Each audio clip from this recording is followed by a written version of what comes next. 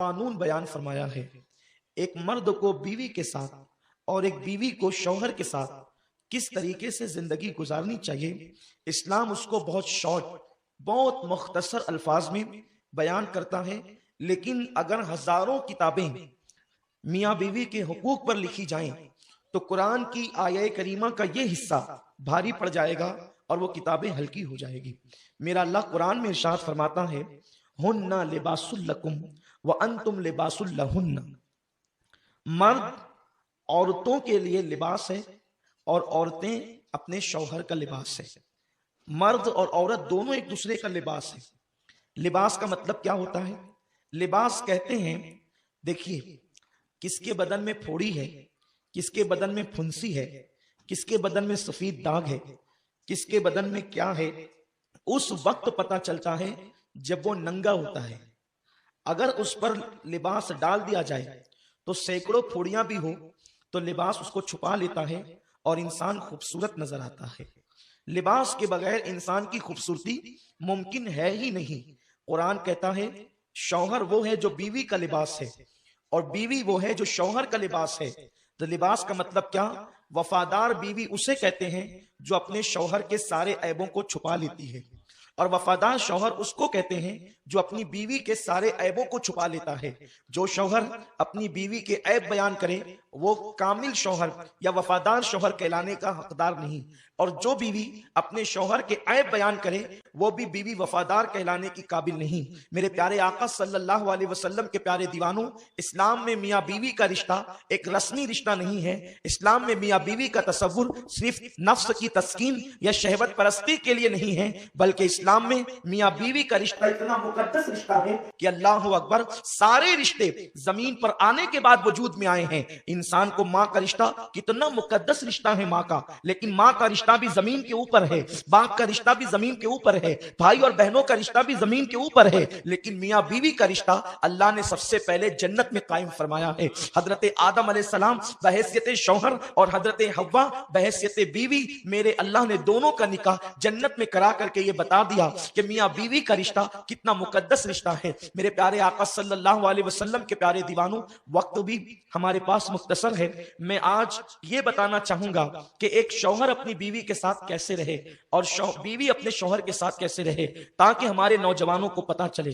آج کل شادیاں ہوتی ہے لیکن ہمارے شہر میں بالخصوص مالیگاؤں میں پورے ہندوستان بھر میں آپ کی دعا سے جاتا ہوں، یہ بتانے کی مجھے ضرورت نہیں ہے، نہ میں بتانے کے لیے کہہ رہا ہوں، آپ سبھی جانتے ہیں، لیکن مالیگاؤں کا نام طلاق کے حوالے سے اس قدر بدنام ہے کہ یہاں 15 دن میں 15 دن کی دلہن کو کوئی طلاق دیتا ہے، کوئی 3 مہینے 1 مہینے کی دلہن کو طلاق دیتا ہے۔ مسئلہ مشہور ہے، ابھی ہاتھ کی مہندی بھی نہیں چھٹی اور جھگڑا شروع ہو جاتا ہے۔ وجہ کیا ہے؟ اس لیے کہ شوہر اپنا حق مانگ رہا ہے اور بیوی اپنا حق مانگ رہی ہے۔ انسان حق مانگنے کی بجائے حق ادا کرنے والا بنے، کہ شوہر اپنا حق مانگنے کی بجائے اپنی بیوی کا حق ادا کرے، کیونکہ جیسے نماز نہیں پڑھنے سے گناہ ہوگا ویسے ہی بیوی کا حق ادا نہ کرنے پر بھی گناہ ہے۔ مگر ایک خاص بات میں آج یہاں کر دینا چاہتا ہوں، علماء کی موجودگی میں، مفتیان کرام کی موجودگی میں، اگر کسی سے نماز چھوٹ جائے تو اللہ اس کو معاف کر دے گا، اس میں اور کسی کا کوئی معاملہ نہیں ہے، یہ معاملہ صرف اللہ اور بندے کے درمیان ہے۔ نماز چھوٹ گئی، اللہ چاہے تو معاف کرے، چاہے تو سزا دے، لیکن اگر کسی نے اپنی بیوی کا حق ادا نہیں کیا اور اس پہ ظلم کیا، اس کی حق تلفی کی، تو اللہ معاف نہیں کرے گا اس وقت تک جب تک اس کی بیوی معاف نہ کرے۔ شوہر سوچتا ہے کہ 1000 بار میری بیوی مجھ سے معافی مانگے، لیکن میں ایک مرتبہ اگر اس سے معافی مانگ لوں گا تو میں مرد ہی نہیں رہوں گا۔ اس لیے کہ مرد کا مطلب، آج کے معاشرے میں ایک ذہن ہے جس کی آستین ہر وقت چڑھی رہتی ہے، وہ مرد ہے۔ گھر میں آنے کے بعد جو ہر بات ڈانٹ کر کرتا ہے وہ مرد ہے۔ گھر میں آنے کے بعد بیوی پر جو ظلم کرتا ہے وہ مرد ہے۔ جو اپنے ہاتھ سے اٹھ کر پانی نہیں لے سکتا ہو وہ مرد ہے۔ اسے پانی بھی مانگنا ہے تو وہ اپنی بیوی سے پانی مانگے گا، اسے کھانا بھی مانگنا ہے وہ اپنی بیوی سے کھانا مانگے گا، اسے بستر بھی خود نہیں بچھانا، وہ اپنی بیوی کو حکم دے گا بستر بچھاؤ، اسے سارے کام اس نے اپنی بیوی سے لینا ہے۔ مجھے نہیں سمجھ میں آتا کہ ہم نے بیوی کو نکاح میں بحیثیت بیوی قبول کیا ہے یا بحیثیت کنیز یا نوکرانی قبول کیا ہے۔ یہ جہالت ہمارے سماج کی اس قدر بڑھتی جا رہی ہے، اگر شوہر بیوی کی موجودگی میں اٹھ کر کوئی کام کر لے تو گھر کے لوگ تانا دیتے ہیں کہ تجھے کیا ہو گیا، کہ تو بیوی کو کیوں نہیں کہتا، اپنے کام اپنے ہاتھ سے کیوں کرتا ہے، اور اس کے بعد پھر بہو پر وہ آفت آتی ہے کہ جس کا ہم تصور نہیں کر سکتے۔ یقیناً عورتیں اپنے شوہر کی خدمت کرے، اس کا ذکر میں آگے کرنے والا ہوں، لیکن شوہر بھی کچھ کام کرے، کیونکہ آئیے، آپ کتنے بڑے ہیں، آپ ٹیچر ہیں، آپ ڈاکٹر ہیں، آپ انجینئر ہیں، آپ وکیل ہیں، آپ ایم ایل اے ہیں، آپ ایم پی ہیں، آپ کیا ہیں، لیکن اب میں اس ذات کو پیش کرنے والا ہوں کہ وہ اتنے بڑے ہیں کہ جب اللہ ان کی تعریف کرتا ہے تو کبھی طٰہٰ کہتا ہے، کبھی یاسین کہتا ہے، کبھی مزمل کہتا ہے، کبھی مدثر کہتا ہے۔ اس رسول کے دل میں خیال آتا ہے کہیں میرا اللہ مجھ سے ناراض تو نہیں ہو گیا، تو اس وقت میرا رب اپنے حبیب کو یوں تسلی دیتا ہے، وَالضُّحَىٰ وَاللَّيْلِ إِذَا سَجَىٰ مَا وَدَّعَكَ رَبُّكَ وَمَا قَلَىٰ۔ اے میرے حبیب، تیرے چہرے کی قسم، تیرا رب تجھ سے کبھی ناراض نہیں ہوا، تیرے رب نے کبھی تجھ کو چھوڑا نہیں ہے۔ میرے پیارے آقا علیہ السلام کے پیارے دیوانوں، وہ رسول اتنے بلند ہیں کہ ان کی نگاہیں اٹھتی ہے تو قبلہ بدل جاتا ہے، لیکن اس رسول کی زندگی اگر تم گھر کے اندر دیکھو گے، امہات المومنین یعنی حضور کی بیویاں اگر بیمار پڑتی ہے تو اللہ کے رسول اپنے گھر میں جھاڑو خود لگاتے ہیں۔ یہ اس ذات کی زندگی ہے جس کو خدا راضی کرنا چاہتا ہے۔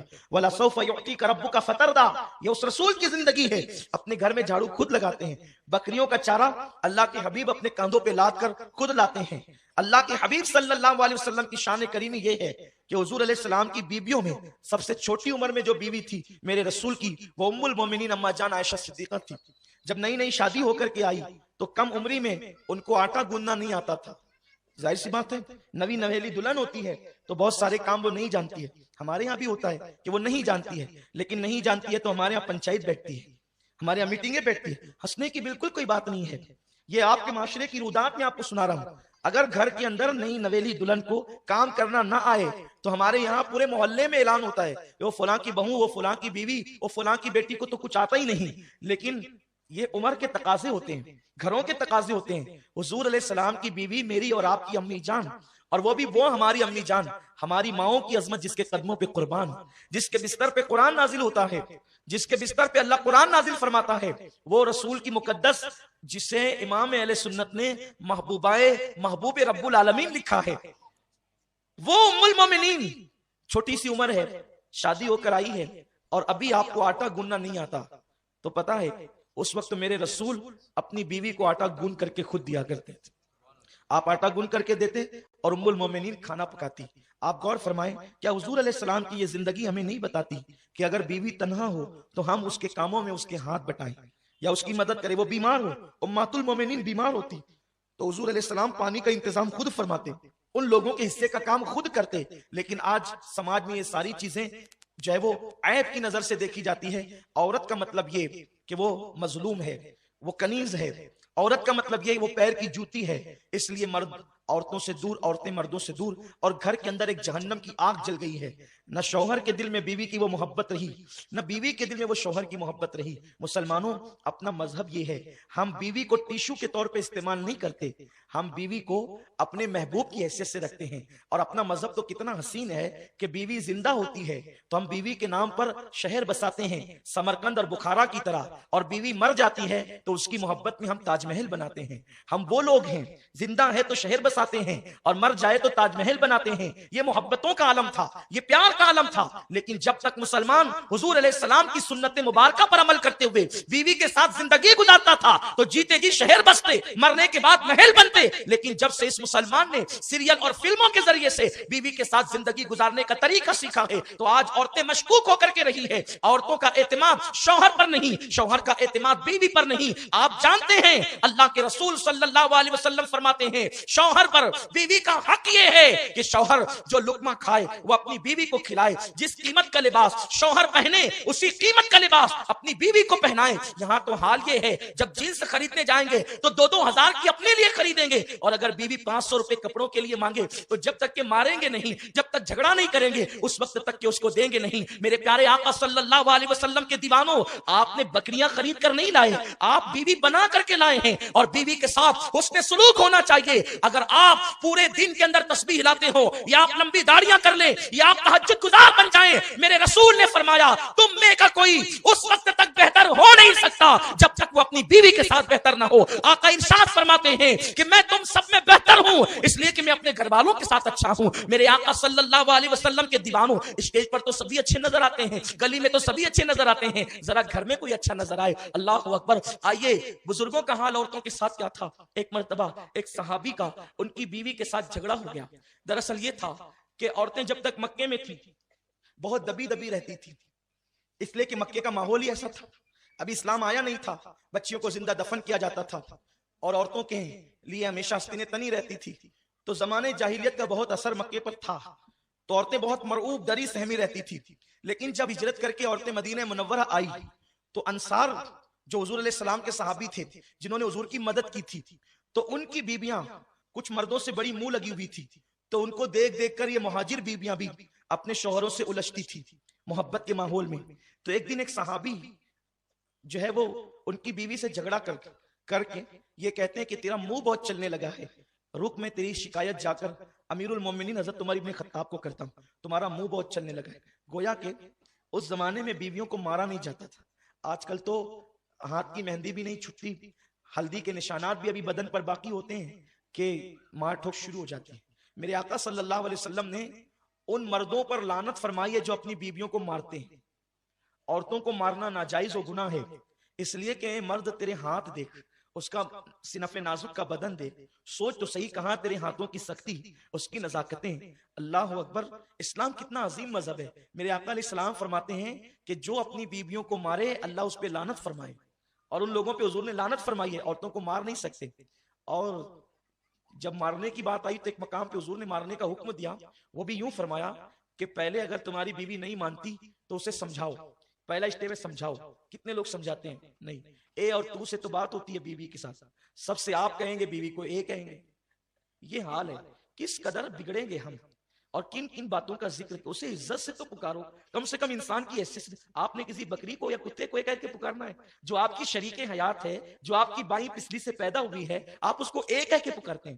یہ اے کوئی مطلب، اے کا کوئی مطلب ہی نہیں ہوتا ہے۔ آج کوئی مجھے لغت میں سمجھائے کہ اے کا بھی کوئی مطلب ہوتا ہے؟ لوگ اے کہہ کے پکارتے ہیں۔ کوئی تو ادب ہمارے پاس ہو، لوگ ہمیں دیکھیں تو اسلام سے بدزن ہو جائیں۔ میرے آقا صلی اللہ علیہ وسلم تو اپنی بیویوں کو نام لے کے پکارتے تھے، کبھی کبھی محبت میں ان ناموں کو شارٹ کر کے پکارتے تھے، اس لیے کہ یہ نام کو آدھا کر کے پکارنا یہ بھی محبت کی علامت ہے، اور یہ بھی حضور علیہ السلام کی سنت ہے کہ حضور سید عالم صلی اللہ علیہ وسلم کبھی کبھی اپنی ازواج مطہرات کو آدھے نام سے پکارتے۔ میں امی جان امہات المومنین کے آدھے نام تو نہیں لوں گا، لیکن مثال کے طور پر آپ کو بتا دوں، جیسے کسی کا نام عمران ہو تو ہم اسے محبت سے امو اگر کہتے ہیں نا، اس طرح اس کو آدھا نام کہتے ہیں، یہ سمجھے آپ؟ تو اگر کسی کا نام جیلانی ہو تو ہم اس کو جیلی کہہ دیں، یہ اس کو آدھا نام کہتے ہیں، ٹھیک ہے نا؟ اس طرح سے حضور ازواج مطہرات کو کبھی کبھی پیار میں آدھا نام لے کر کے پکارتے تھے۔ اور سوچیں نا صحیح، میرے محبوب کے لبوں سے جب وہ آدھے نام نکلتے ہوں گے تو وہ نام کس طرح معراج پاتے ہوں گے۔ یہ ازواج مطہرات کے ساتھ حضور کا انداز ہے۔ ہم تو اے یہ کیا اے ہے، مجھے آج تک سمجھ میں نہیں آیا۔ آپ کی دعا سے نہیں بھی تو جو ہے وہ میرا روم جو ہے وہ کتابوں سے بھرا ہوا ہے، میرے روم میں جس میں میں رہتا ہوں اس میں کوئی برتن نہیں رکھا ہوتا ہے، اس میں کتابیں ہی کتابیں، اور آپ کی دعا سے جو ہے وہ مجھے جتنا وقت ملتا ہے میں کوشش کرتا ہوں کہ پڑھوں، لیکن اب تک مجھے اے کا کوئی مطلب ملا ہی نہیں ہے۔ جو بے معنی الفاظ سے ہم پکارتے ہیں نا، اس کا کوئی مطلب ہی نہیں ہے۔ اور آج میں آپ کو خاص طور پر یہی بتانا چاہتا ہوں کہ وہ اے کہہ کر پکارنے کی چیز نہیں ہے جو تمہاری بائیں پسلی سے پیدا ہوئی، وہ اے کہہ کر پکارنے کی چیز نہیں جسے تم شریک حیات کہتے ہو، وہ اے کر کے پکارنے کی چیز نہیں ہے جسے تم ہمراز جانتے ہو، وہ اے کہہ کر پکارنے کی چیز نہیں جو تمہارے بچوں کی امی ہو۔